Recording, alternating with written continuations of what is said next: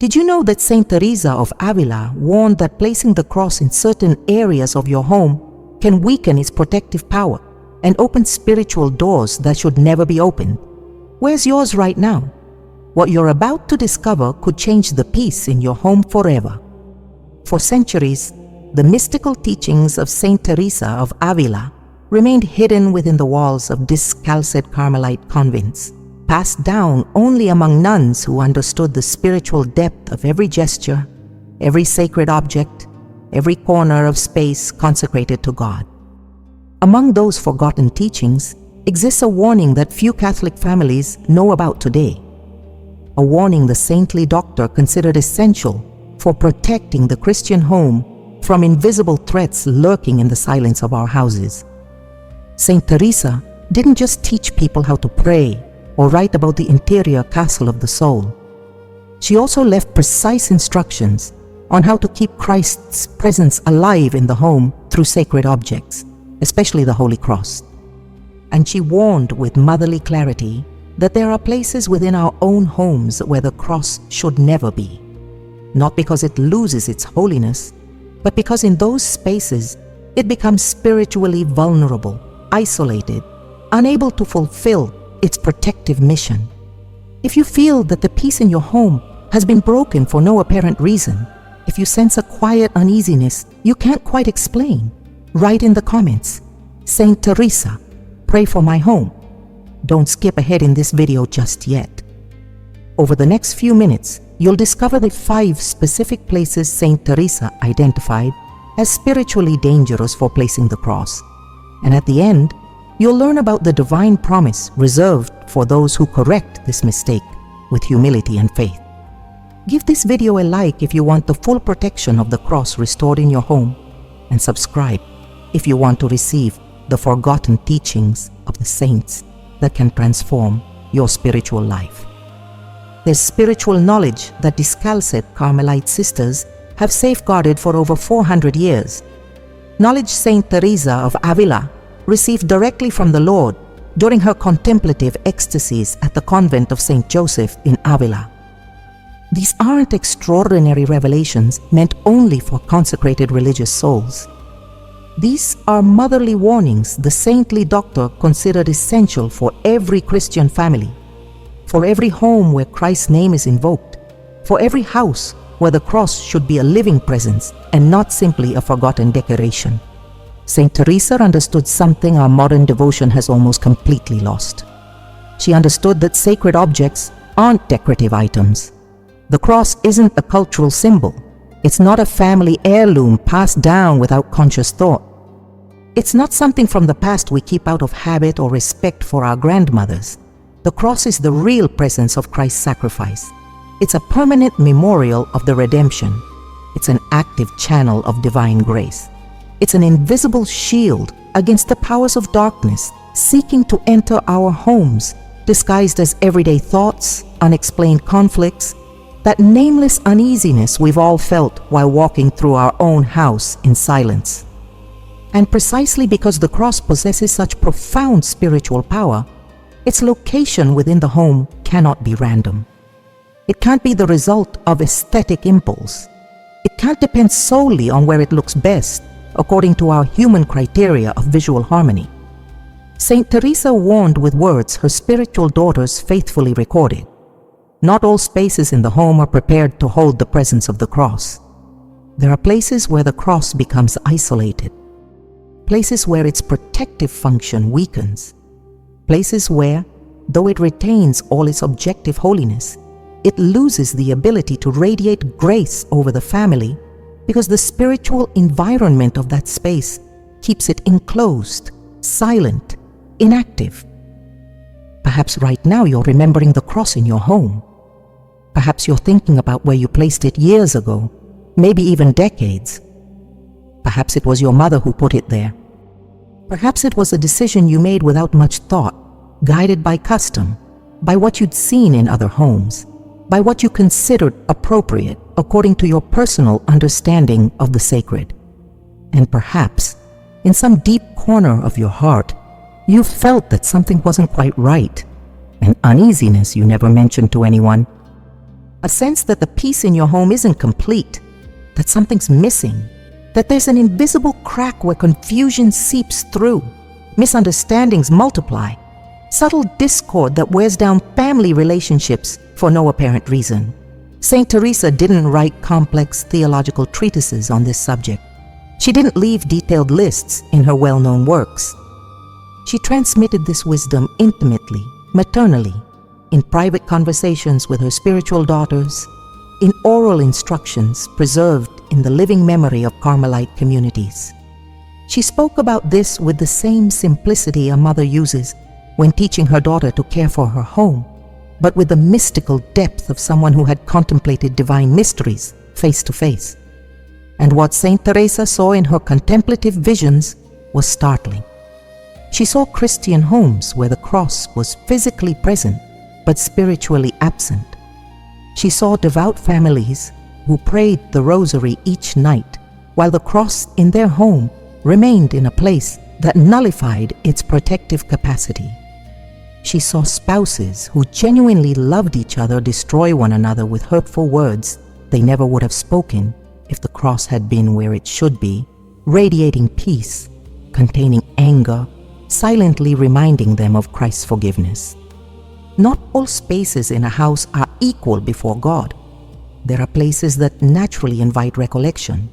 There are places that facilitate prayer. There are places where God's presence seems closer, more real, more consoling. But there are also spaces within our own home that are spiritually empty. Spaces of hurried transit. Spaces associated with the purely functional. Spaces where we never stop to think, to feel, to remember who we are before God. Spaces we pass through distractedly while our minds are occupied with earthly worries. And if the cross is in one of those spaces, though physically present, it remains spiritually ignored. No one looks at it with devotion. No one stops before it to make the sign of the cross consciously. No one remembers its meaning while passing by it 1,000 times a day without truly seeing it. Saint Teresa warned that when the cross remains like this, forgotten amid the daily noise of the house, something spiritually dangerous happens. The cross doesn't lose its objective power. The cross remains holy, but it stops functioning as active protection for that family.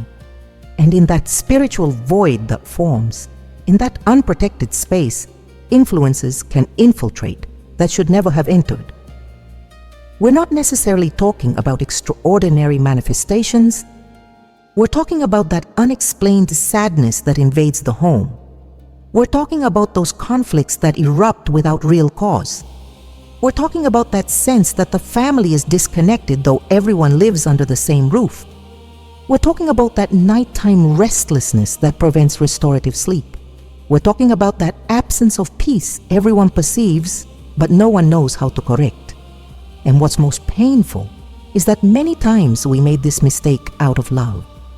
We placed the cross in that spot because it seemed respectful, because we believed it would be well cared for there, because we followed the example of someone we admired, because no one taught us that location matters as much as the presence of the sacred object itself. And for years, perhaps decades, we've lived with that misplaced cross, wondering why our prayers seem to bounce off the ceiling, why grace seems elusive, why the peace Christ promised is so slow in coming. But there's hope. Because Saint Teresa didn't just leave the warning, she also left the solution. She left clear instructions about where the cross shouldn't be, and she left luminous teachings about where it should be, so it can fully fulfill its mission to protect, console, and sanctify the Christian home. What you're about to discover in the next few minutes isn't abstract theological theory. It's practical wisdom that can transform the spiritual atmosphere of your house starting today. But first you need to know the hidden places Saint Teresa identified as spiritually inadequate. Places almost no one suspects. Places where the cross remains exposed, vulnerable, unable to radiate the grace God intended for your family. When Saint Teresa founded a new discalced Carmelite convent, she didn't choose the location of crosses randomly. Every decision came from deep discernment, combining her mystical experience with her practical wisdom as a spiritual mother. She observed the space. She walked in silence through empty rooms. She prayed, asking the Holy Spirit for light, and only then did she indicate where each cross should be placed, each sacred image, each object destined to keep Christ's presence alive in that place consecrated to prayer. The Carmelite mothers who lived with her learned that this spiritual sensitivity wasn't an exclusive gift of Saint Teresa's. It was a disposition of soul every Christian woman should cultivate regarding her own home. Because the Christian home, though not a convent, is also sacred space. It's also a place where God wants to dwell. It's also a domestic sanctuary where the family should find refuge against the spiritual storms of the world. And for that home to fulfill its vocation of being a true sanctuary, the sacred objects it holds must be placed with the same reverence and discernment used when arranging elements in a church. But here we face a problem Saint Teresa already warned about in her time, and that has multiplied in ours. We've lost the ability to perceive that not all spaces are spiritually equal. We've forgotten that a house isn't simply a structure of walls and ceilings divided into functional rooms. A house is a living spiritual organism where each space has its own atmosphere, its own invisible energy, its own disposition to welcome the sacred or reject it. There are places in your home where you naturally feel at peace. There are places where you find it easy to pray. There are places where silence seems deeper, more consoling, closer to God.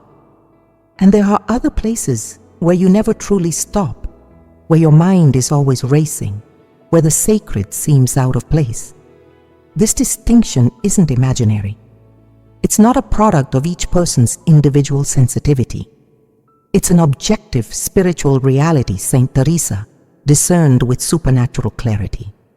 She saw what we don't see. She perceived the invisible currents flowing through our houses. She understood that certain spaces are naturally oriented toward the eternal, while others are absorbed by the temporal. And she knew that placing the cross in a space absorbed by the temporal is like planting a seed in barren ground. The seed retains its potential for life, but the environment prevents it from germinating, growing, bearing fruit. Think about your own home for a moment. Not with the practical eye of someone arranging furniture or distributing decorative objects. Think about it with your heart. Mentally walk through each room. Notice where the family's hurried movement concentrates. Identify the places where everyone passes but no one stays. Recognize those spaces that exist only to fulfill daily functions, without any dimension of interiority, without any moment of conscious pause, without any possibility of real encounter with oneself or with God. And now ask yourself honestly, is there a cross in any of those spaces? Is the cross precisely where you never stop to look at it with devotion? Saint Teresa warned that this mistake is more common than we imagine. And what's most painful is that we usually make it with good intentions. We place the cross at the home's entrance because we want Christ to bless those who enter. We place the cross in the hallway because we want it visible from multiple angles. We place the cross in transit spaces because we think we'll see it more frequently that way.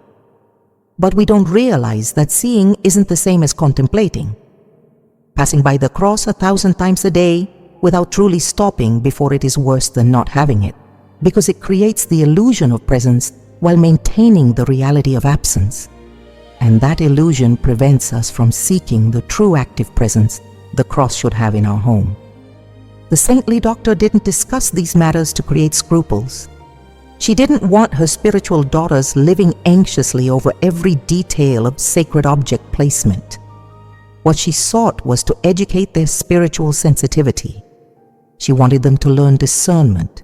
She wanted them to develop that supernatural intuition that allows recognizing when something is in its proper place and when it's displaced, even though outwardly everything appears in order.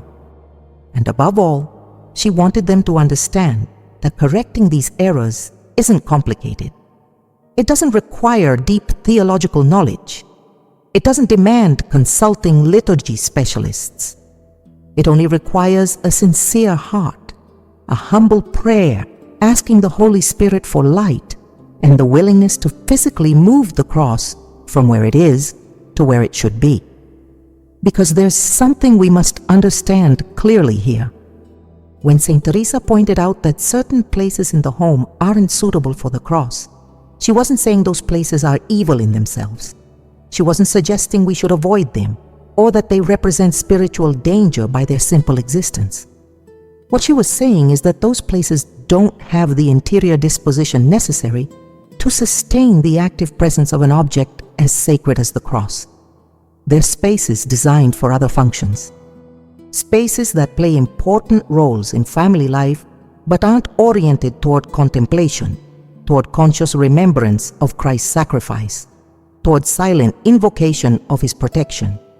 And when we place the cross in one of those spaces, something paradoxical happens. The cross remains holy, the cross remains powerful, but that holiness and power become locked up, contained, prevented from fully manifesting. It's like having a locked tabernacle in a room no one ever enters. Christ is objectively present in that tabernacle, but His presence doesn't radiate over anyone because no one approaches to receive it. The misplaced cross functions similarly. It's present, but its presence remains sterile, fruitless, without transformative effect on the family's life.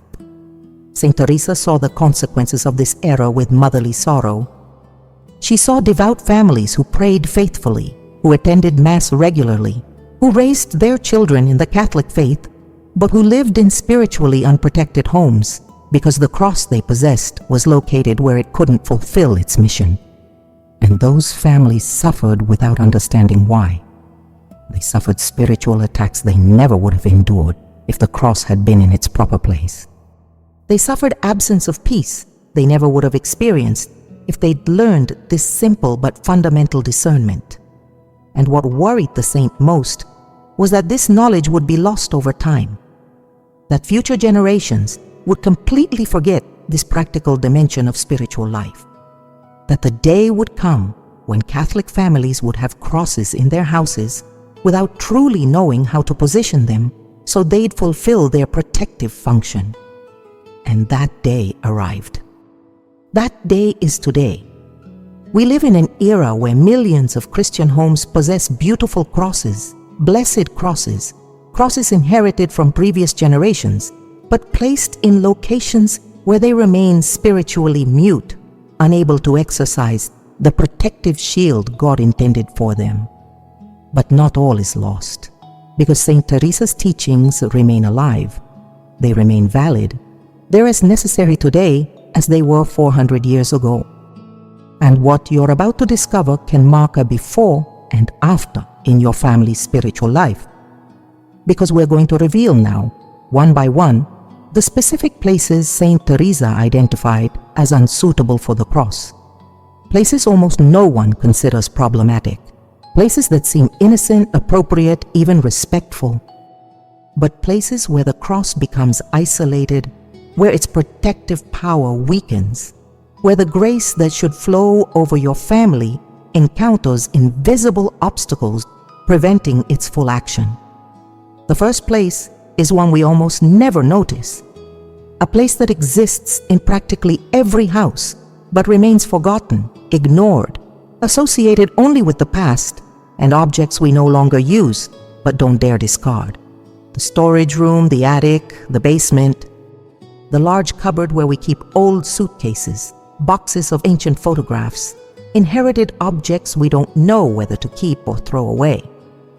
That space in your house you only open when you need to find something specific, that corner where you accumulate what you no longer use but haven't yet decided to give away or toss. That forgotten place existing in your home's silence without anyone truly visiting it, without anyone remaining there longer than strictly necessary to enter. Grab what's needed and close the door again. Saint Teresa warned with motherly clarity, the cross must never be in spaces of forgetting. And when we speak of spaces of forgetting, we're not referring only to dirty or disorderly places. we're referring to those spaces where everything we store belongs to the past. Spaces associated with what was and no longer is. Spaces where we accumulate objects that had functioned in another period of our lives but now remain stored awaiting an uncertain destiny. Spaces we visit only out of practical necessity, never by contemplative choice, never to pray, never to encounter ourselves or God. Why is it so serious to place the cross in such a space? Because the cross is the living memory of Christ's present sacrifice. The cross doesn't commemorate a historical event that remained in the past. The cross makes present here and now, in this concrete moment of your life, Jesus' total self-giving for your salvation. The cross is eternal actuality. It's constant renewal of the covenant between God and your family. It's a permanent source of grace that should flow over your daily life, over your daily decisions, over your present family relationships.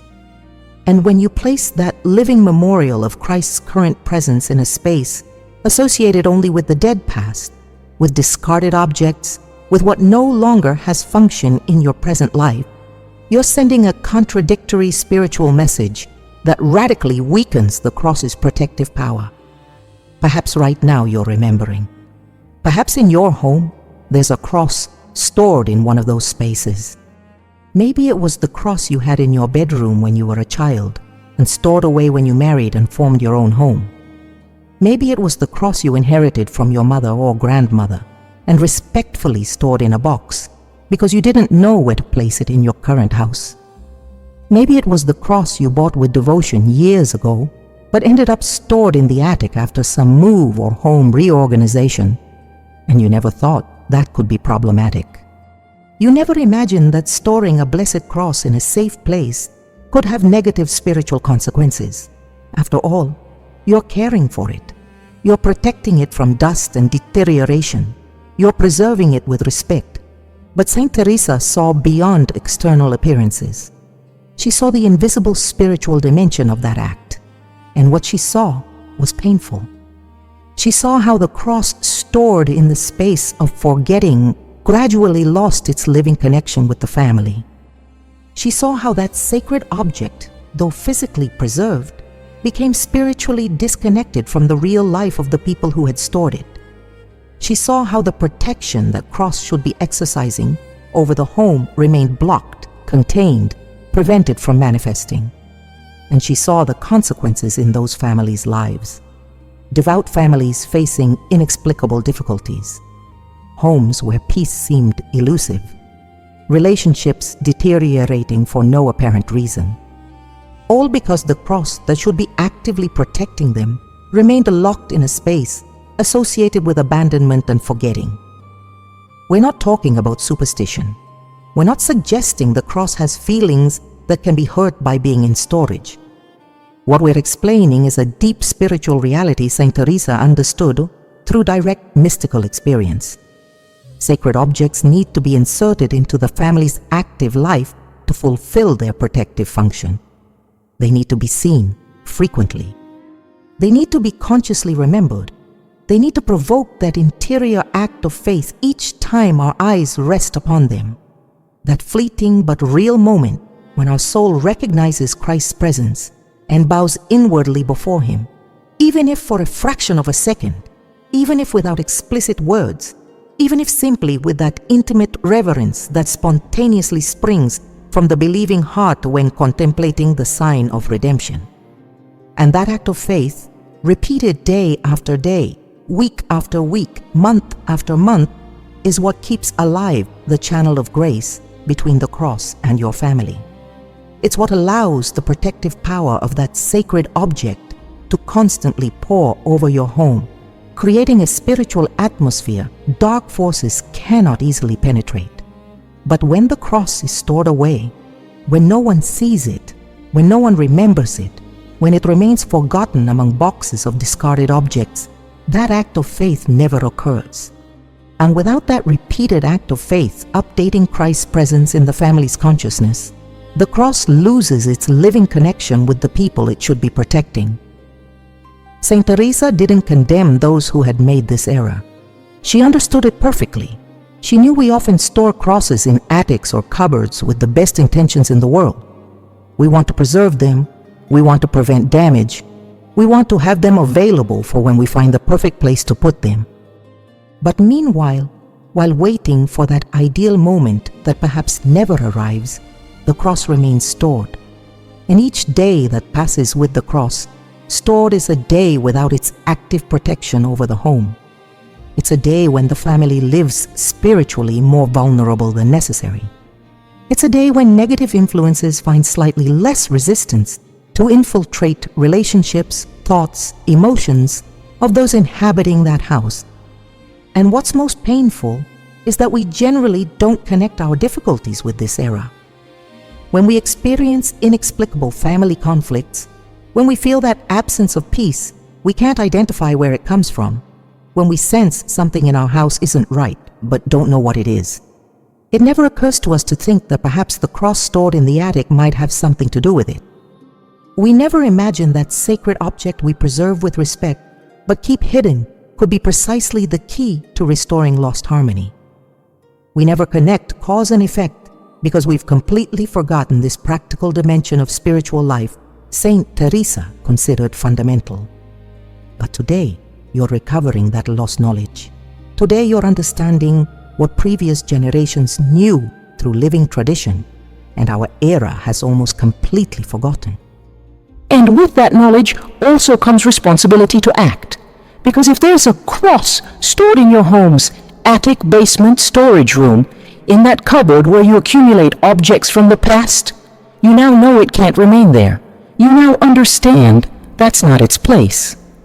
You now comprehend that while it's stored in the space of forgetting, your family lives without the full protection God intended for it through that sacred object. And perhaps you're asking yourself, what do I do with that cross then? Where do I place it? Don't worry.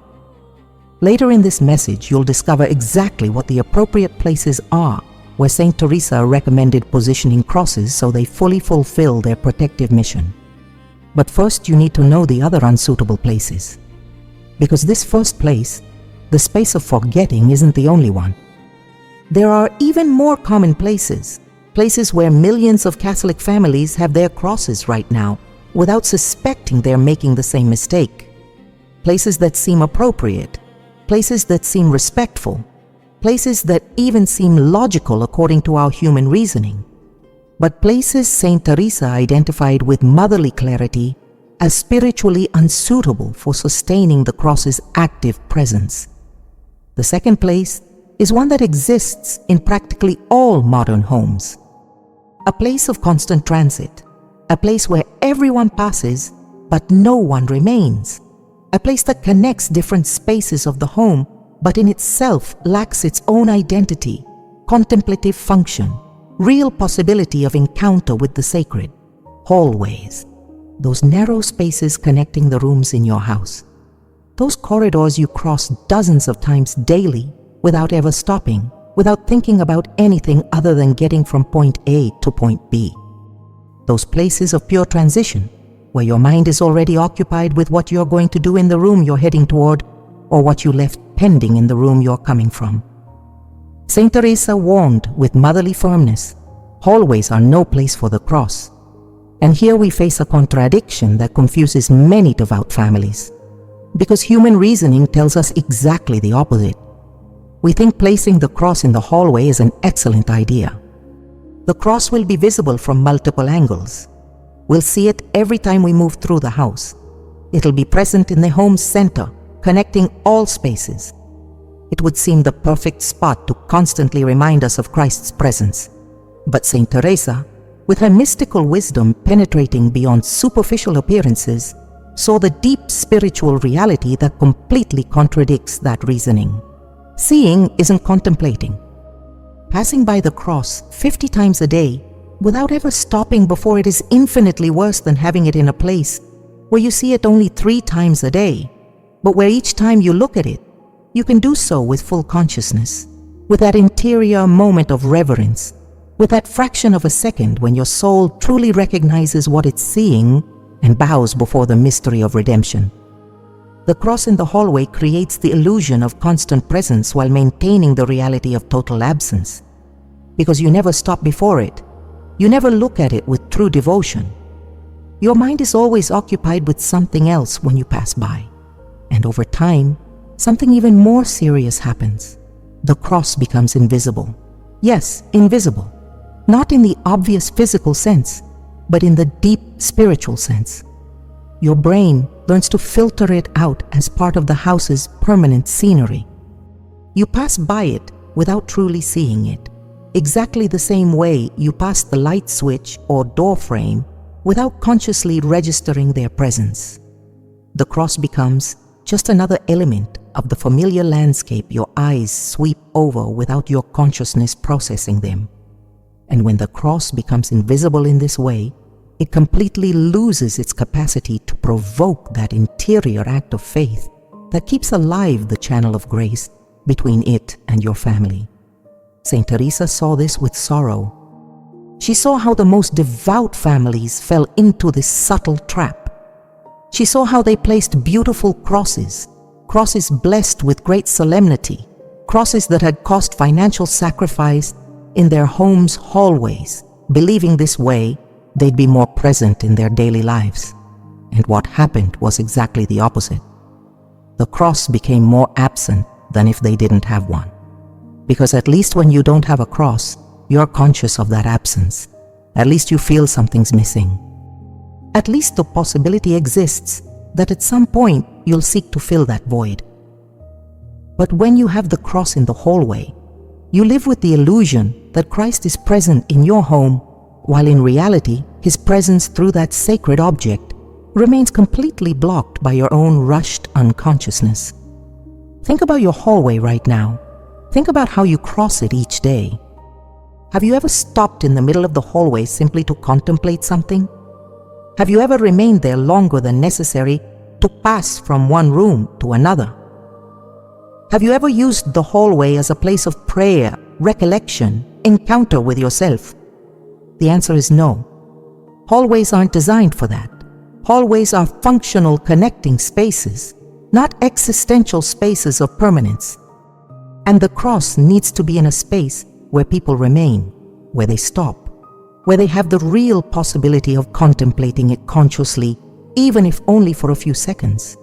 But there's something even deeper and more disturbing in what Saint Teresa warned about crosses in hallways. Hallways are places of energetic confusion. They're spaces where the emotions, thoughts, intentions of all family members constantly cross paths. Think about how many tense conversations you've had while walking through the hallway. Think about how many times you've crossed that space with contained anger after an argument. Think about how many worries, how many fears, how many frustrations you've dragged through that corridor without realizing the cross was there. Silent witness to your interior agitation, but unable to intervene because your consciousness never stopped to recognize its presence. Saint Teresa saw that in hallways the family's unprocessed emotions accumulate. All those words spoken hastily while someone went from kitchen to bedroom. All those silences charged with resentment while two people crossed paths in the hallway, avoiding each other's eyes after a fight. All those contained tears while someone ran to lock themselves in their room. Hallways absorb all of that. And when the cross is in the midst of that constant emotional confusion, it can't fulfill its function of bringing peace, of reminding about forgiveness, of inviting reconciliation, because no one stops before it long enough to allow its presence to penetrate the interior agitation and bring the serenity Christ wants to give through it. And here, we arrive at something few people understand. The cross isn't a magic charm that works automatically without requiring our conscious participation. The cross is a sacramental in the broad sense of the word. It's a visible sign that must find response in our interior faith for grace to flow. When we pass by the cross without truly seeing it, without consciously recognizing it, without allowing our soul to respond, even with a fleeting flash of veneration, we're blocking the channel of grace. we're preventing the cross from fulfilling its mission. And over time, that blocking repeated day after day has cumulative consequences in the family's spiritual life. Saint Teresa warned that families with crosses in hallways suffered a specific type of disharmony. It wasn't necessarily an explosive disharmony of constant fights. It was something more subtle but equally destructive. It was that sense of disconnection between family members, that difficulty truly communicating though living under the same roof, that tendency to misinterpret each other, that inability to resolve conflicts constructively, that absence of deep peace everyone feels but no one knows how to name or correct. And when Saint Teresa identified this pattern in a family, one of the first things she asked was, "Where do you have the cross?" And frequently the answer was, "In the hallway." Because we've placed the cross precisely in the space of greatest emotional confusion, in the place of accelerated transit, in the spot where we never stop to contemplate anything with true consciousness. And then the saint patiently explained that was part of the problem, that the cross couldn't exercise its pacifying function while in the midst of the whirlwind of unprocessed emotions characterizing family transit spaces. Perhaps right now, you're feeling a mixture of recognition and guilt. Perhaps you have a cross in your home's hallway.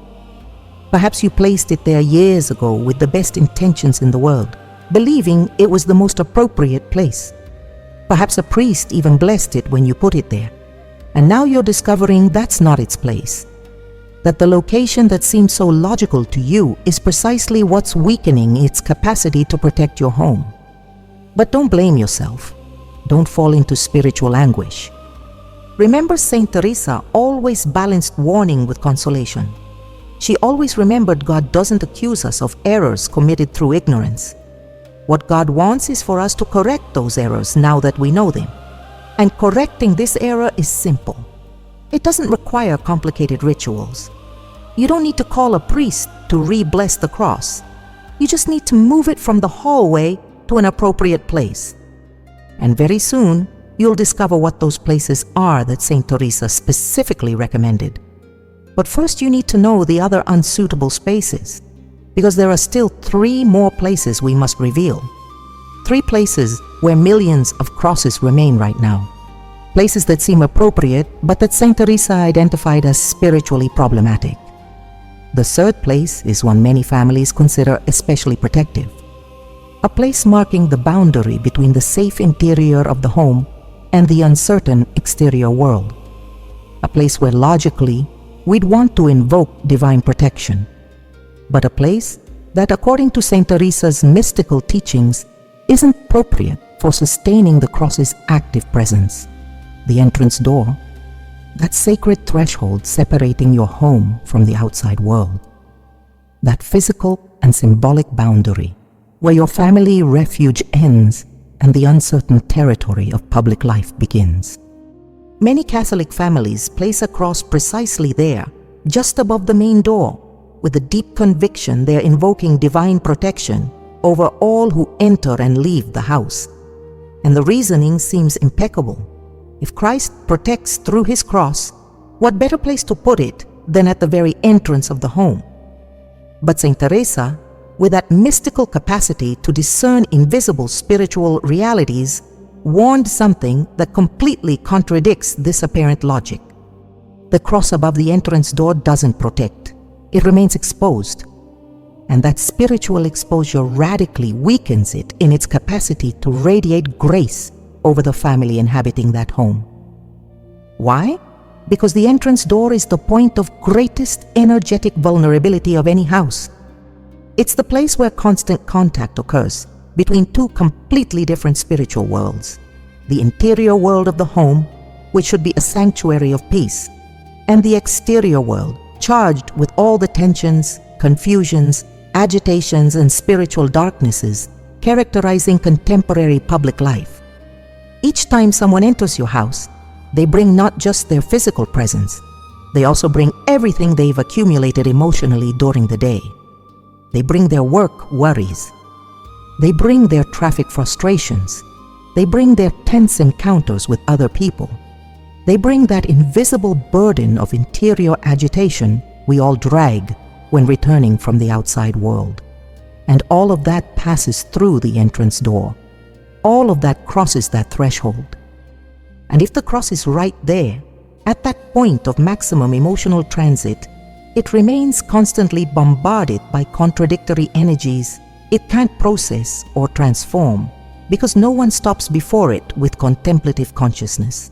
Saint Teresa explained this with a very clear image to her spiritual daughters. She said placing the cross above the entrance door is like putting a lit lamp in the middle of a windstorm. The lamp still has light. Its capacity to illuminate hasn't been objectively lost. But the constant wind prevents that light from projecting steadily. It makes it flicker, makes it tremble, makes it ineffective for fulfilling its purpose of illuminating the surrounding space. In the same way, the cross above the entrance door retains all its objective holiness, but the contradictory emotional currents constantly passing through that point prevent its grace from radiating steadily over the home. And there's something more. Something Saint Teresa considered even more serious.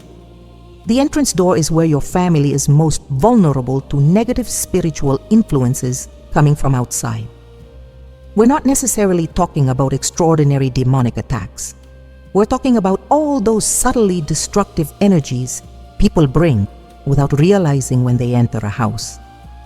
That envy someone felt toward you during the day and carries attached to their emotional field, though they are not conscious of it. That malicious criticism they heard about your family and resonates in their mind while crossing your door. Those not entirely pure intentions of those who visit your home with the appearance of friendship, but with hidden resentments in their hearts. All of that enters through the door. And if the cross is right there, at that point of maximum vulnerability, it remains constantly exposed to those negative influences without being able to exercise its protective function, because no one is consciously activating it through faith. Because remember, the cross doesn't function as an automatic shield. The cross needs to be recognized, venerated, consciously invoked for its protective power to fully activate. And when it's above the entrance door, no one does that. Those entering are thinking about getting inside. Those leaving are thinking about what they're going to do outside. No one stops at the threshold to contemplate the cross with true devotion. And without that conscious activation through faith, the cross remains spiritually inert while all those contradictory energies constantly pass through it. Saint Teresa saw the consequences of this arrow in families' lives. She saw homes where peace lasted little, where the harmony existing in the morning mysteriously vanished by afternoon after family members returned from work or school, where visits left a sense of inexplicable discomfort that remained in the atmosphere for hours after they'd gone, where children became restless and conflictive for no apparent reason after spending time outside the house. And when she investigated the spiritual causes of these patterns, she frequently discovered those families had their main cross right above the entrance door. Because here's something crucial we must understand. Not everything that protects physically protects spiritually. Putting a cross above the entrance door can give you a psychological sense of security. It can make you feel you're doing something important for your family's spiritual protection. But if that location contradicts the mystical principles Saint Teresa discerned through her contemplative experiences, then that sense of security is illusory. Worse still, that illusion of protection can prevent you from seeking the true protection that only activates when the cross is correctly positioned.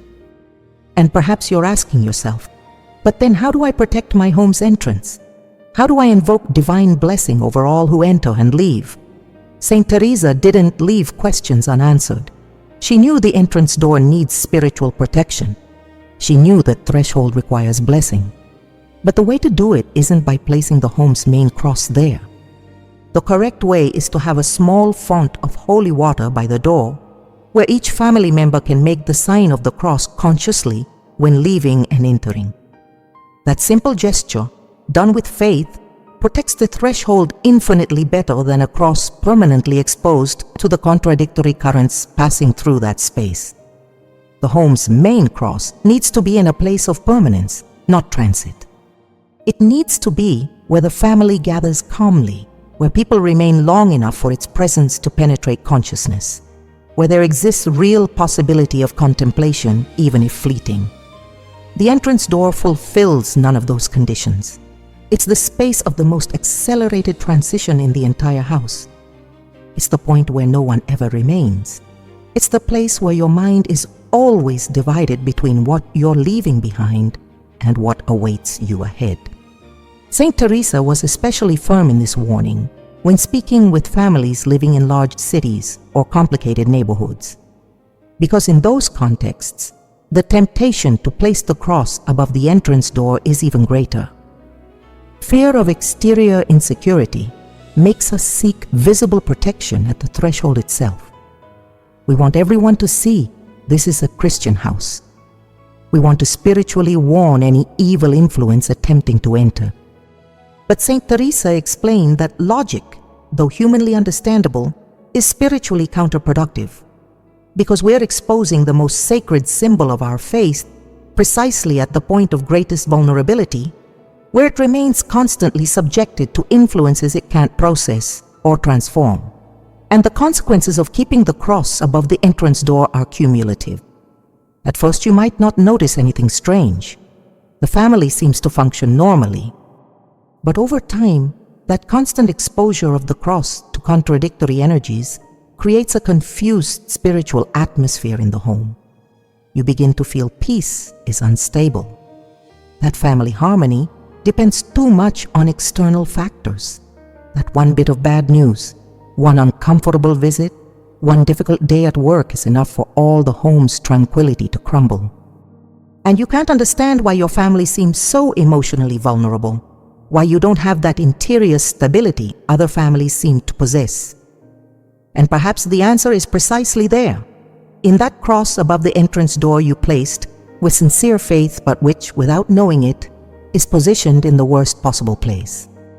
In that sacred symbol that should be protecting you but remains spiritually inert, because no one consciously activates it with their faith, because everyone passes by it without truly seeing it, because it's constantly exposed to the contradictory emotional currents entering and leaving your house without any protection filtering or transforming those energies. But not everything that seems protective truly protects. And now you already know 3 places where the cross shouldn't be. The space of forgetting, the hallway of accelerated transit, the entrance door exposed to contradictory influences. 3 places that seem logical, appropriate, even devout. But 3 places Saint Teresa identified as spiritually unsuitable for sustaining the cross's active presence. And there are still 2 more places to reveal. 2 spaces that will complete your understanding of where this sacred symbol must never be in your home. Now we arrive at the final 2 places Saint Teresa identified as spiritually unsuitable for the cross.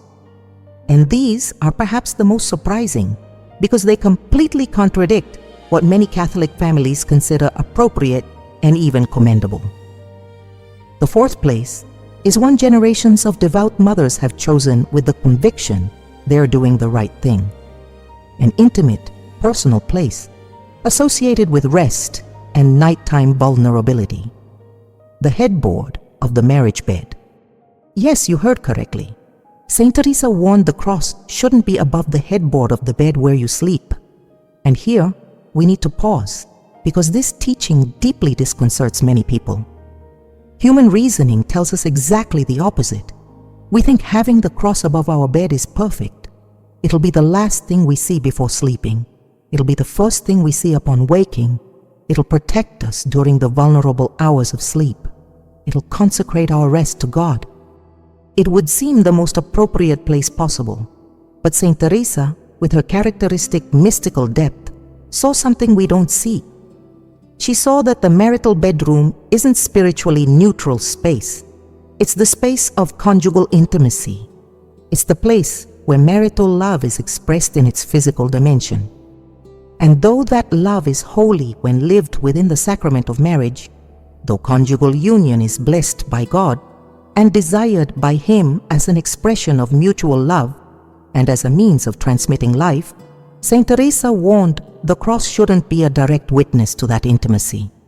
Not because marital intimacy is sinful, not because it should be hidden from God as if it was something shameful, but because there's a fundamental distinction between God's general presence that sees and knows all and the specific sacramental presence we invoke through sacred objects like the cross. When you place the cross above your marriage bed, you're putting Christianity's most sacred symbol in the position of direct observer of your conjugal intimacy. And that generates a subtle but real spiritual confusion affecting both the prayer life and married life of the couple. Saint Teresa explained that many Christian spouses unconsciously experience spiritual tension when they have the cross above their bed. On one hand, they feel they should live their conjugal intimacy with naturalness and joy as a legitimate expression of their marital love. On the other hand, they feel an indefinite inhibition, a vague discomfort they can't name, but that's related to the sensation of being observed by a sacred symbol in the most vulnerable and intimate moment of their relationship.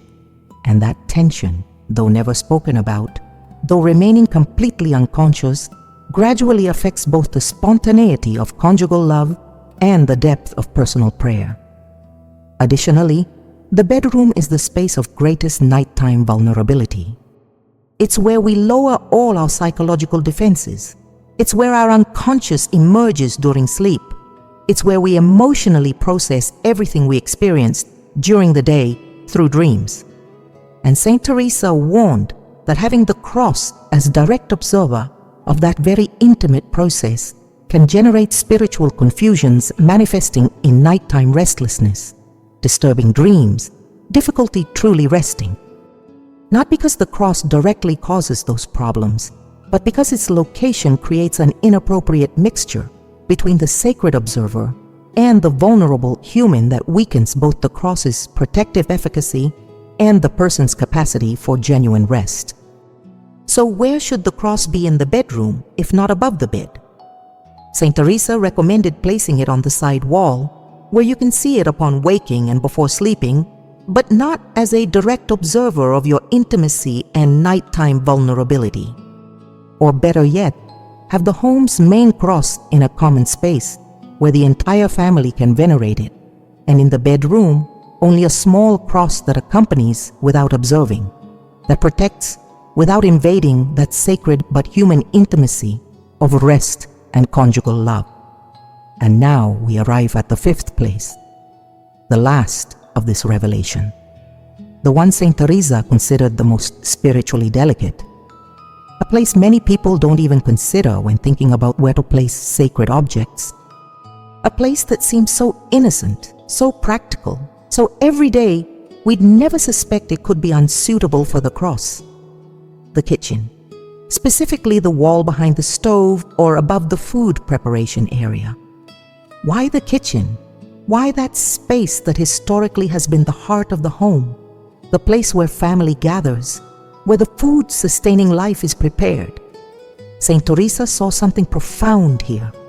She saw the kitchen is the space of material transformation. It's where nature's elements are converted into food through fire, water, human action. It's the place of greatest practical activity in the home. It's where everyday doing concentrates, worry about the immediate, attention completely absorbed by functional tasks requiring constant concentration. And when the cross is in the midst of that whirlwind of practical activity, it's reduced to decoration. It's converted into just another element of the kitchen's functional landscape. You see it while chopping vegetables, while stirring the pot, while washing dishes, but you never truly contemplate it. Your mind is completely absorbed in the tasks you're performing. There's no mental space for that moment of contemplation that activates the cross's protective power. And besides, the kitchen is where the most basic and most absorbing worries of daily life accumulate. What we're going to eat, how to feed the family with the available budget, how to please each member's different tastes, all those legitimate earthly worries, but completely focused on the material. Saint Teresa warned that when the cross is in the midst of that space, so oriented to the immediate material, it loses its capacity to elevate the mind toward the eternal. It becomes trapped in the functional dimension. And though God also sanctifies the everyday, though food preparation can be an act of love pleasing to the Lord, the cross needs to be in a place that invites transcending the immediate, that remembers the eternal, that elevates the spirit beyond earthly worries. And the kitchen, by its very nature, doesn't fulfill that function. Now you know them all, the 5 places where Saint Teresa warned the cross shouldn't be. The space of forgetting where it becomes isolated from the present. The hallway where it becomes invisible through excess transit. The door where it remains exposed to contradictory influences. The bed headboard where it observes vulnerable intimacy. The kitchen where it's reduced to functional decoration. 5 places that seemed appropriate. 5 places where millions of crosses remain right now. 5 errors committed with good intentions, but with real spiritual consequences in the lives of the families making them. And perhaps now you feel a mixture of emotions, perhaps a recognition because your cross is in one of those places, perhaps a relief because you finally understand why your home's peace has been so elusive, perhaps concern because you don't yet know where you should place it, but also hope, because not everything you've discovered is warning. There's also promise, there's solution, there's a path of correction that can completely transform your house's spiritual atmosphere. And that path begins with understanding not just where the cross shouldn't be, but why we made these errors and how we can correct them without guilt and with renewed faith. Stop a moment and let your memory travel backward to the house where you grew up, to the rooms you walked through when you were a child. Where was the cross in that home? Do you remember it clearly, or does it exist in your memory only as a diffuse presence, something you knew was there but never truly contemplated? Perhaps your mother placed it in the hallway, exactly where you've just learned it shouldn't be. Perhaps your grandmother stored it in a cupboard alongside old objects, preserving it with respect, but removing it from the family's active life. Perhaps it was above the entrance door, blessed with solemnity the day your family moved to that house, positioned there with absolute conviction it would protect all who entered and left. And no one knew it was in the wrong place. No one suspected that location seeming so appropriate, so logical, so devout, was precisely what weakened its protective capacity. Your family prayed the rosary each night. They attended Mass on Sundays. They celebrated Catholic festivities with sincere devotion. But the cross, that central symbol of the faith they professed, remained spiritually inactive because it was positioned where no one contemplated it consciously, where no one activated its protective power through that interior act of faith only produced when we stop our gaze and our heart before it. Saint Teresa understood these errors are transmitted from generation to generation precisely because they're committed with good intentions. Your grandmother placed the cross in a certain place because that's how she'd seen it in her mother's house. Your mother put it where she put it because that's how she was taught it was correct. And you did the same when you formed your own home, repeating patterns that seemed validated by family tradition, but were really inherited errors no one had ever questioned. Not because they were bad people, not because they lacked faith, but simply because this specific wisdom about correct placement of sacred objects was lost when the contemplative life of convents stopped being the source of spiritual education for common Catholic families. Think about how many generations of your family have lived with the cross poorly positioned. Think about how many inexplicable conflicts, how many absences of peace, how many subtle disharmonies could have been different if someone had known what you're learning now. Not to blame anyone, not to lament what can't be changed, but to understand the importance of correcting this error in your generation, and transmitting this knowledge to your children and grandchildren so they don't repeat it in their own future homes. There was a family Saint Teresa knew in Avila, a family of devout merchants who had inherited an ancient silver cross, beautiful, that had belonged to the great-grandfather who founded the family business. That cross was their most prized treasure. They kept it in a special display cabinet in the main hall, protected from dust, illuminated with candles on special occasions, venerated during religious festivities. But the rest of the time, it remained there, enclosed behind glass, converted into family relic more than active protective presence. And that family suffered. Business went poorly for no apparent reason. Children drifted from the faith as soon as they reached age enough to make their own decisions. Spouses lived in constant tension, neither understood. They prayed asking for divine protection. They offered masses for family unity. They made pilgrimages to shrines seeking peace, but nothing changed. Until Saint Teresa visited their house and observed that magnificent cross enclosed in the cabinet, venerated as an object of the past, but completely disconnected from the family's present life. The saint explained to them with motherly sweetness what they were doing wrong. She made them understand that cross wasn't a relic destined to be preserved as historical memory. It was a living symbol needing to be actively present in their daily life. She taught them to remove it from the cabinet, to place it in a place where they'd see it each day with real possibility of contemplation, to relate to it not as an inheritance from the past, but as a presence of the eternal Christ who lives today and wants to protect them today. And when that family made the change, when they moved the cross from the hall cabinet to the appropriate place Saint Teresa indicated, something transformed in that home. It wasn't instant magic. All problems weren't solved overnight, but a process began. A new atmosphere started establishing itself gradually in that house. Spouses found renewed capacity to communicate without hurting each other. Children began showing unexpected interest in conversations about faith. Business didn't become prosperous immediately, but the family found interior peace to face difficulties with unity instead of division. And all because they corrected an error they'd inherited without knowing it, an error that seemed an act of veneration but really blocked the protection they sought. How many families throughout history have repeated that pattern?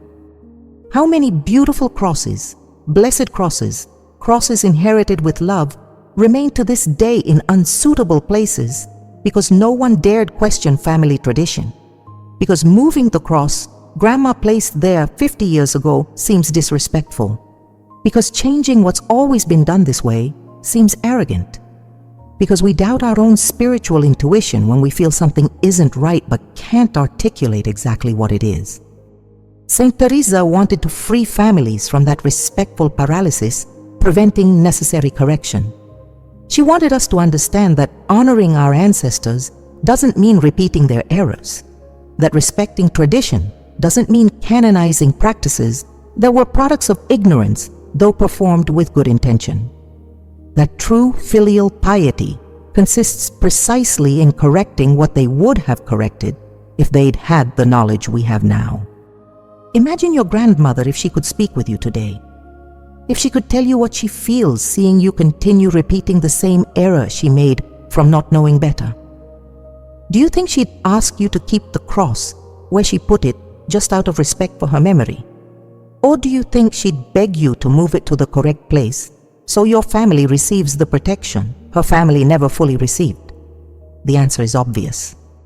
No mother, no grandmother who sincerely loved her family would want her descendants to continue suffering the consequences of an error she committed through ignorance. And then you understand that moving the cross isn't an act of disrespect. It's an act of love. It's honoring the intention your ancestors had in placing it there while correcting the method they used. It's completing what they began with sincere faith but incomplete knowledge.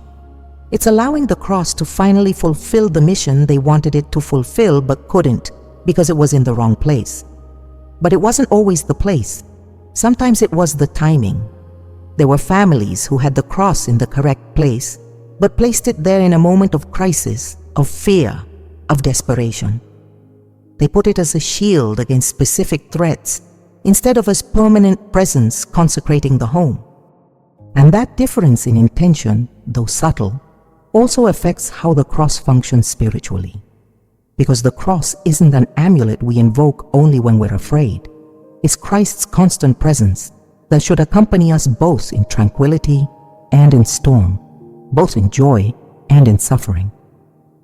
There was a woman in Salamanca, a widow. She lived alone in a small house she'd shared with her husband for 40 years. Since he died, that house that had been a refuge of peace had become a place of inexplicable uneasiness. She couldn't sleep well. She felt a heaviness in the atmosphere she couldn't identify. She prayed constantly. She had 3 crosses in her house, one above the entrance door, another in the hallway, another above her bed. She thought with so much visible protection she should feel safe. But the uneasiness persisted. Until a cousin of hers, a Carmelite nun, visited and observed the placement of those crosses. With sweetness she explained what Saint Teresa had taught about unsuitable places. The woman resisted at first. Those crosses had been there for decades. Moving them seemed to betray her husband's memory. But the uneasiness was unbearable. Finally, she removed the 3 crosses, placed a single one in the appropriate place. And that very night, for the first time in months, she slept deeply. Interior peace returned to her life and her home. Stories like that repeat throughout the centuries. They are never extraordinary. They never involve miraculous apparitions. They're always silent, intimate experiences. A mother who notices her children fight less after moving the cross from the hallway. A wife who discovers conversations with her husband flow with less tension since she removed the cross from above the bed. A grandmother who feels visits leave a cleaner atmosphere after removing the cross from the door. No one can scientifically prove these transformations, but people who experience them know with absolute certainty something changed.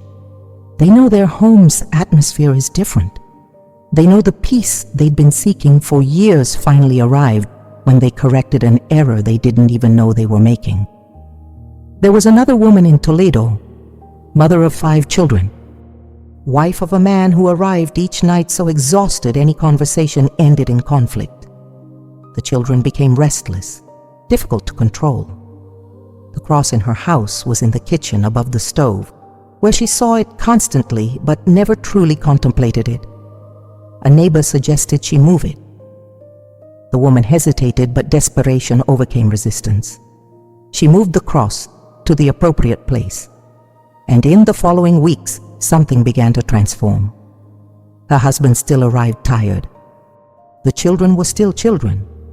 External circumstances didn't change, but the way the family processed those circumstances did change. Tense conversations no longer escalated to fights. Conflicts resolved more quickly. There was new capacity to forgive each other, to seek peace instead of defending ego. These testimonies remain in the oral memory of communities, transmitted from mother to daughter, kept in the hearts of those who experienced them. Saint Teresa knew those who live these transformations don't need to prove anything. They simply know, and that knowledge changes everything. Saint Teresa wasn't the only voice in Catholic tradition warning about the importance of correctly positioning sacred objects in the home. Saint John of the Cross also spoke about this. Saint Francis de Sales wrote in his letters that sacred symbols must be where they can fulfill their double function of reminder and protection. Saint Faustina noted in her diary that Jesus had shown her how many devout families lived unprotected because they had sacred images in places where they remained spiritually inactive. All these voices converge in a fundamental teaching our era has forgotten. Sacred objects don't function automatically. They're not magic charms. They're channels of grace that only open fully when our faith consciously activates them. And for that activation to happen regularly, sacred objects must be positioned where they facilitate frequent contemplation without demanding heroic effort. Saint Teresa understood we're human, that our lives are full of legitimate occupations, that we can't be constantly in mystical ecstasy. She didn't ask the impossible of us. She only asked us to position the cross where our eyes would naturally rest upon it in moments of relative calm, moments where there exists the possibility of that fleeting flash of contemplation sufficient to keep alive the channel of grace. And when we correct the placement, we don't need complicated rituals. We don't need to call a priest to re-bless it. The correction is simple. It requires only a sincere heart, a humble prayer asking forgiveness for the error committed unknowingly, and the willingness to position the cross where it should be. God does the rest. Because God doesn't accuse, God corrects to protect. The enemy would lead us to paralyzing guilt, to anguished scrupulosity. But God leads us to liberating correction, to knowledge that empowers, to constructive action that restores lost spiritual order. God isn't angry because you've had the cross in the wrong place for years.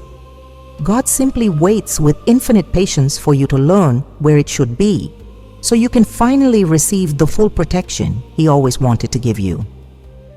You only need to see where your cross is now. Identify if it's in one of the 5 unsuitable places, and if it is, simply move it. That's all. Simple obedience to true teaching is infinitely more valuable before God than all theoretical knowledge that doesn't translate to concrete action. Now you have the knowledge generations lost. You know where the cross shouldn't be. You know why those places weaken its protection. You know correcting this error is simple, that it doesn't require complicated rituals, that you only need to act with sincere faith. But something's still missing, because knowing where not to place it is only half. The other half is knowing where it should be. That place where the cross will fully fulfill its mission to protect your home, to radiate peace over your family, to keep Christ's presence alive in your daily life. The cross should be in the place where your family naturally gathers, where you remain in calm, where your gaze can rest upon it with full consciousness. The family room, the dining room, that meeting space where life happens with tranquility. There the cross will fully protect. There it will radiate the grace God intended for your home. If you corrected this error today, peace will begin manifesting gradually. Don't expect instant miracles. Expect real transformation. And if you wish to deepen your understanding of Saint Teresa's mystical teachings, I invite you to explore our content about her revelations.